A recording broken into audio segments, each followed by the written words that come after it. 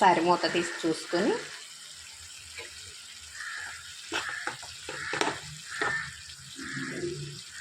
ఇందులోనికి సన్నగా తరిగి పెట్టుకున్న టమాటా ముక్కలు కూడా వేసేసుకోవాలండి. ఒకసారి కలిపేసుకొని ఒక 2 సెకండ్లు మూత పెట్టి మగ్గించుకుందాం. బీరకాయలో వాటర్ ఉంటాయి, ఈ టమాటాలో వాటర్ ఉండటం వలన ఆ వాటర్కి మంచిగా మగ్గిపోయిద్దండి కూర అనేది. ఇందులోనికి చిన్న టేబుల్ స్పూన్ అల్లం వెల్లుల్లి పేస్ట్ వేసుకోవాలి. 1 టేబుల్ స్పూన్ కారం వేసుకోవాలి. 1/2 టేబుల్ స్పూన్ ధనియాల పౌడర్, 1/2 టేబుల్ స్పూన్ పసుపు వేసుకొని కలిపేసుకోవాలండి. కలిపేసి మూత పెట్టి ఒక 5 నిమిషాలు మగ్గించుకోవాలి.